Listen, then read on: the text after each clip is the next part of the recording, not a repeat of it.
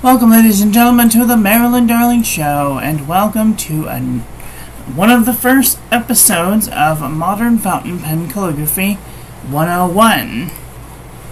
How is everyone doing today?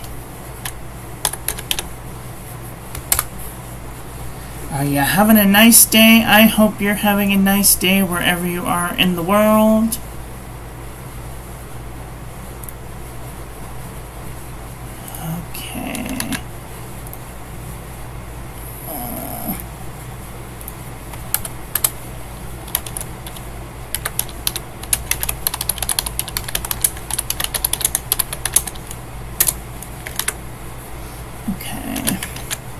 I just realized I forgot to change the description of this video, so I'm going to do that right now.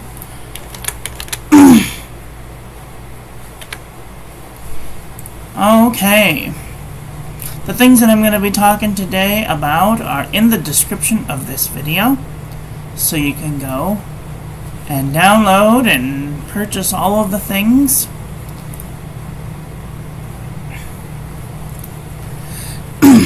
The first thing on the list is the basic strokes.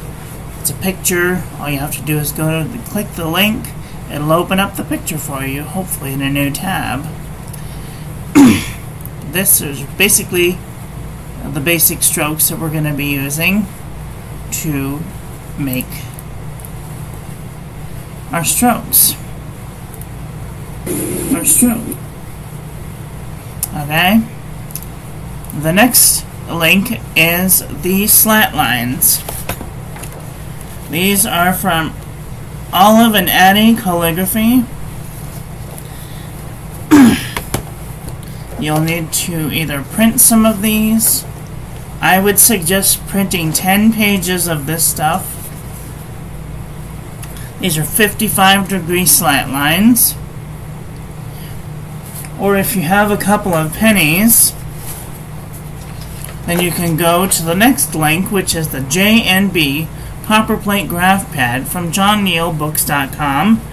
You can buy a whole pad of these lined papers, and if we take a look, you will see that they are lined at 55 degrees in 1-inch increments.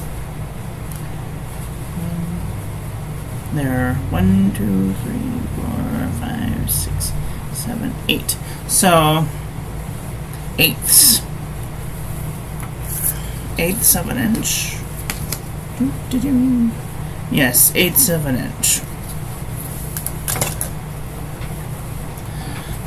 That will be very useful. This is a very useful pad. If anybody has used one of these before, you will know that they are really good. You will also need some sort of a clipboard, or you will need some sort of book. You will also possibly need some loose leaf paper that you can use. I prefer to use the CVS caliber notebook paper for loose leaf and the Unison composition book for the book. So, these are very bleed resistant papers. I use them interchangeably and equally, and they do not bleed. So, if you have a chance, go down to your local CVS and get some loose leaf CVS caliber notebook loose leaf college ruled or wide ruled paper. You won't be sorry. I use this when writing when writing letters every day. So, okay, that's the paper. As for utensils, what you're going to need a pencil, some sort of mechanical pencil or wooden pencil, anything that's pencil-like. And then you're going to need some sort of flexible fountain pen. I have here a Noodler's Conrad with a Fountain Pen Revolution Ultra Flex nib in it. And this has created some of the best modern calligraphy that I do today. They also come in a 5.5 version that usually fits into a number 5 size feed. And or you can buy a Fountain Pen Revolution Himalaya with a Fountain Pen Revolution Ultraflex nib in it. It's a cartridge converter pen. It's proprietary, but this is probably one of the best pens that I own today. And then, if you have even more pennies,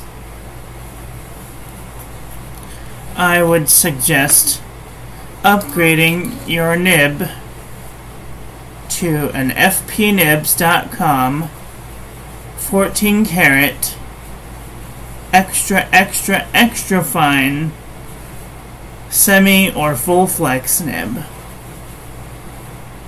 This is a wonderful pen nib. This is my most expensive pen. Well, the nib was $300 and the pen was $48. $348. Pretty expensive for a pen. But let me tell you, this is my favorite pen right now. And then you can go vintage. But the vintage are kind of finicky sometimes, and the nibs are very flexible. Most of them are. Watermans are very flexible. Some are not so flexible. I have this one that's kind of stiff. So, some sort of a flexible pen. You could do this also if you have a oblique pen holder or a straight holder. Or you could even do this with a vintage dip nib if it wants to come out. Just something that flexes. You can also do this non-flexing, but for the majority of the month I'm going to be talking about the things that flex. We're going to get the basic strokes down. We're going to talk about how to use them, how to get the all of the things. So, and these episodes usually take them anywhere between 20 and 30, maybe even 40 minutes. And I'm going to try and keep them under 40 minutes because sometimes I have a tendency to ramble on, but shh, don't notice. You could even do this with a whiteboard. I got this at the 99-cent store. And I'm just using the pen that came with it. It's just a normal dry erase board.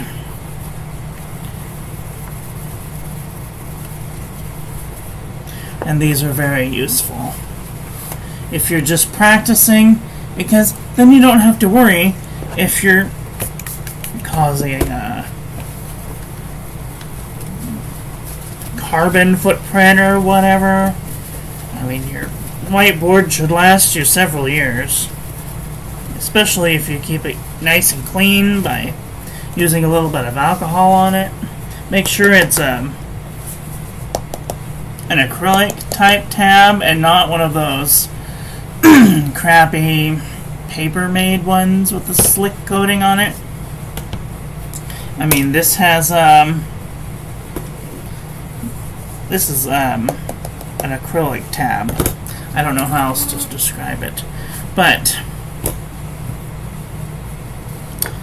I think that these are the things that you're gonna find the most useful this month. If you have any comments, questions, concerns, you can leave a chat or a comment. I like the comments because then I can go through them and answer them individually. And on Sunday, I will be doing a Zoom call every week to answer any questions that you guys may have. Now, this is basic calligraphy. This is nothing fancy. We're not doing like bird flourishes. No, none of that. So if you're not interested, that's great. That's fine. That's on you. But we're just doing some basic calligraphy, and that's what I'm good at. And I mean, I do have my little flourishes every now and then, and your writing isn't going to be, I mean, you could do nice calligraphy writing, but as you see, my handwriting is kind of garbage. And that's okay. Like, your normal handwriting is probably going to continue to be subpar, but your calligraphy should really be different than your normal handwriting. So,